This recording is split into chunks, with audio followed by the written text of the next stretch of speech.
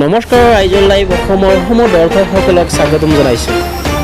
বৰপেটা জিলাৰ বাঘবৰ সমষ্টিৰ খেতিয়কসকলৰ মাজত হাহাকাৰৰ সৃষ্টি হৈছে।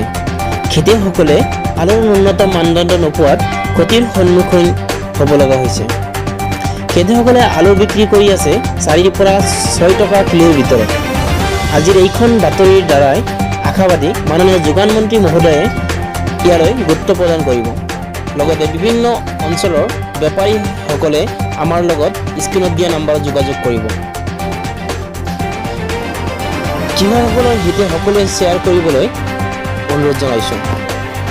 সকলোকে সম্পূৰ্ণ ভিডিঅ'খন চোৱাৰ বাবে ধন্যবাদ জনাইছোঁ।